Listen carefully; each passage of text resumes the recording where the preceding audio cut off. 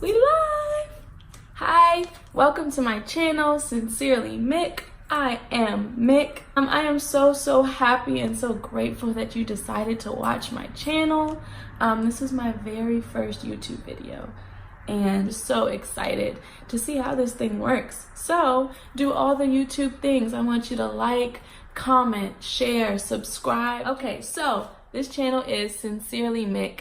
And on this channel, I'm just going to be really sharing my journey. On my journey, I have been told or encouraged by God to really the instructions I got were to share your story, give your story. And so I'm going to be obedient.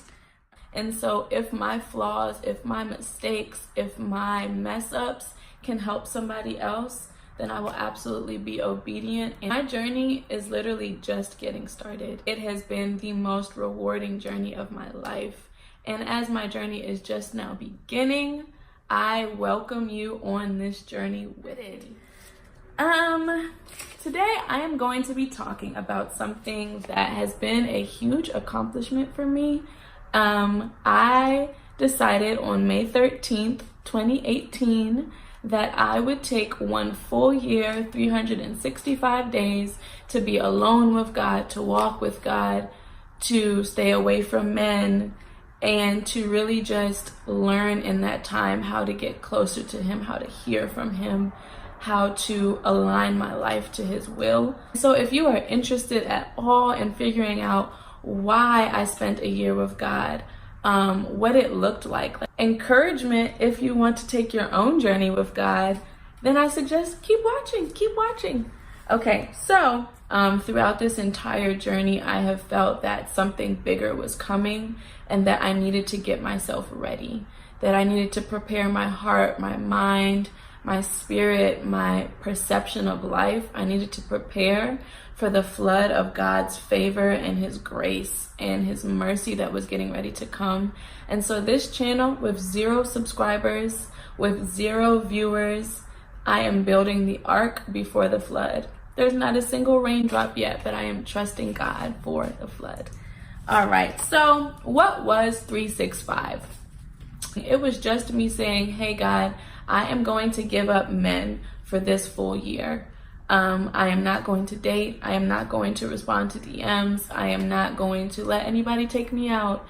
I am not going to be texting heavily with anybody who is not an already established brother of mine. So that means no male friends. It was a time where I told God, hey, I have been doing things in relationships and related to men the wrong way, and so I want to give the right way a try. I want to try you, Lord, because I have done it my way, and my way has left me heartbroken.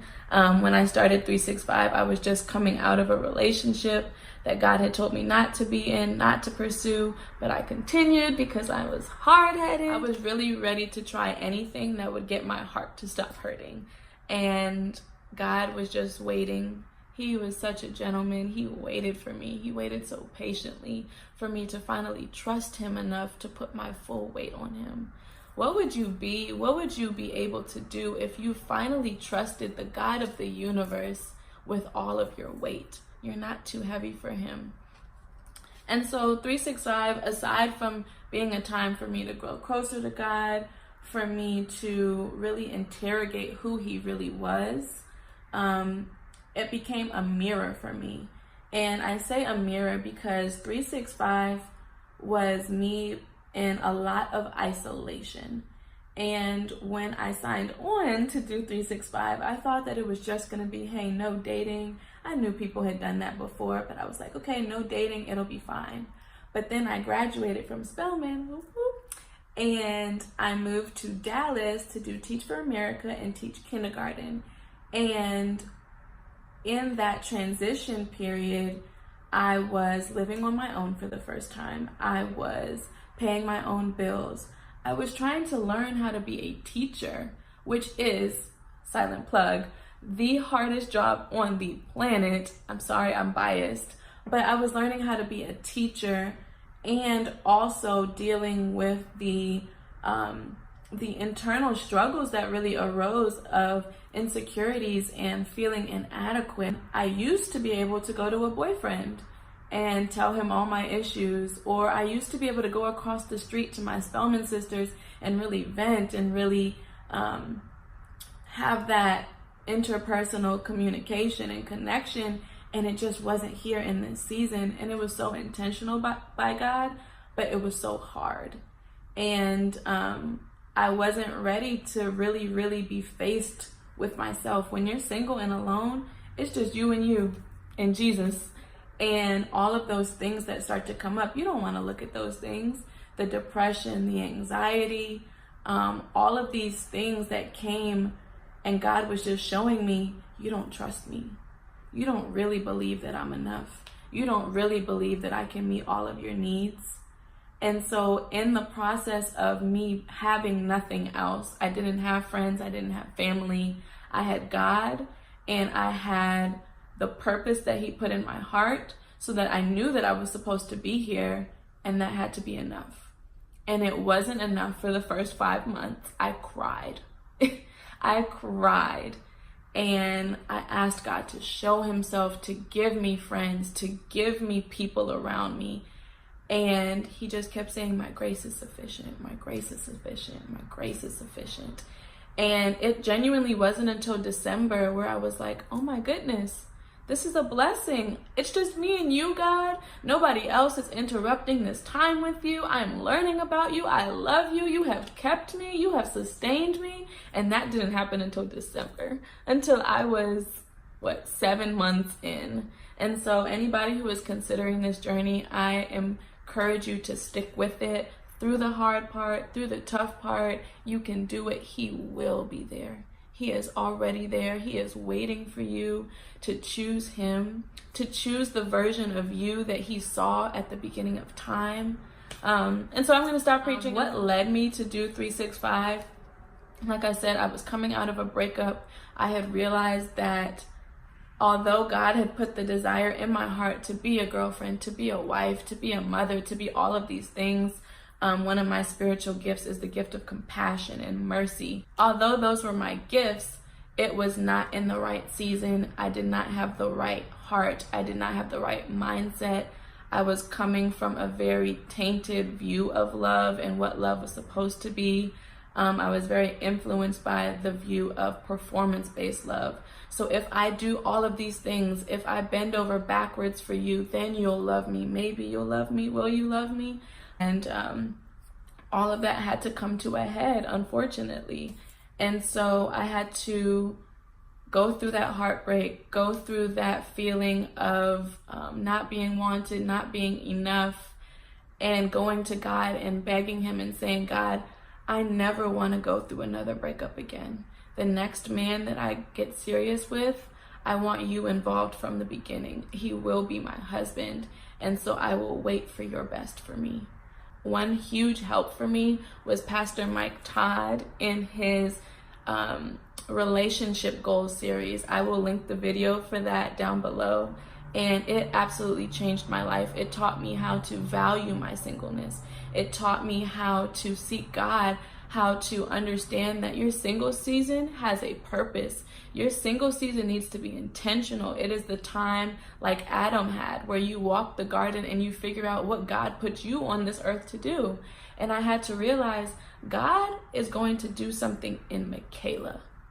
He's not waiting for me to be Michaela and somebody else. He wants to do something in me. And I had to get to a place. I realized, God, you will withhold no good thing from me. Your word says that you have plans to prosper and not to harm me.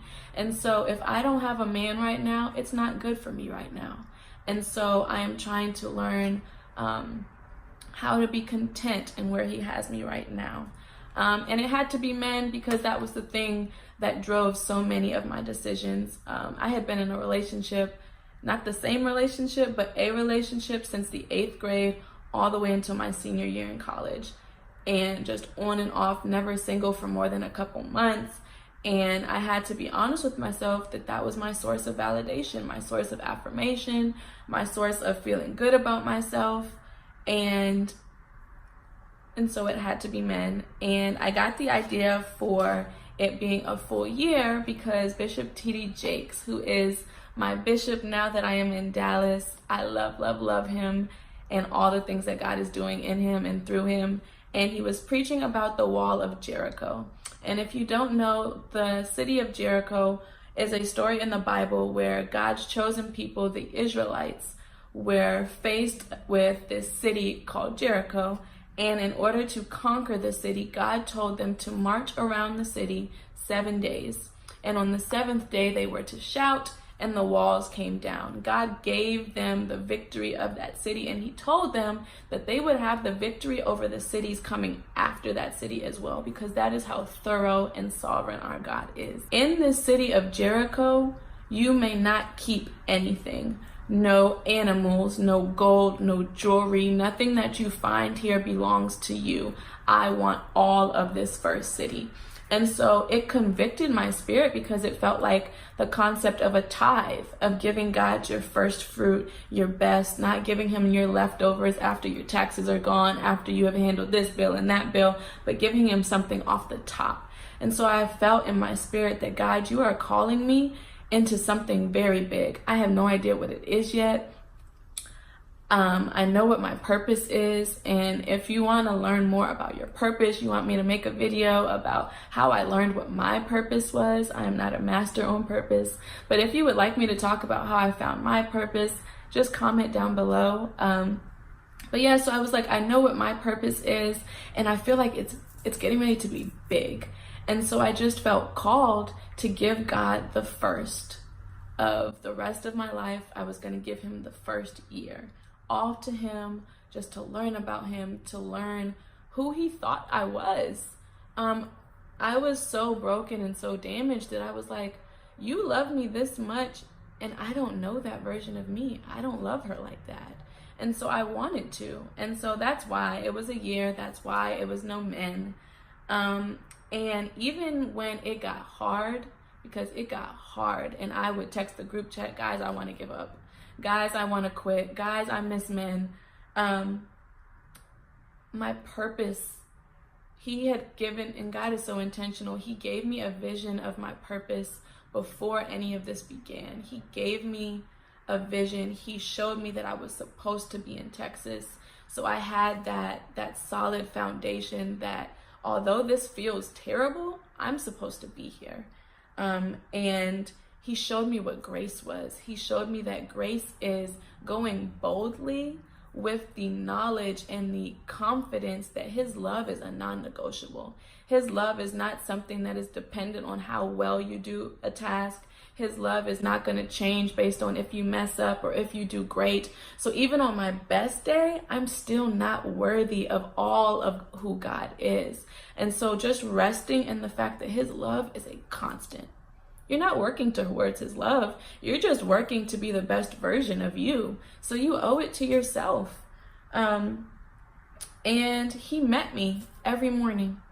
Every morning, even if I had to cry all night, he was there waking me up in the morning. He was there whispering to me in the morning. Even if I couldn't listen to the radio on the way to work because my brain was just so anxious and so depressed, he was there. He was talking to me. He was encouraging me through my mother, through my friends, through older Spelman sisters. Oh my goodness. Women who I could call and say, I am drowning. I don't know what I'm doing, but I know that I can't give up. Women who would pray for me and send me voice memos. I am eternally grateful for the women who were able to be in my life because I had let go of the men. I am so grateful. And yeah, so that is basically my 365. Again, it was May 13th to May 13th. So I give God all the glory because my October self did not know that I would make it to May. And so I am just grateful for the seed that he planted in me. And this channel is just the documentation of how God is getting ready to show out. And so I encourage you, if this video helped you, if it sparked something on the inside of you, like, comment, subscribe, share with your friends. If this feels like something you can do with your girlfriends, I encourage you, get to know God, get to know the version of you that He saw at the beginning of time. It will blow your mind. I dare you.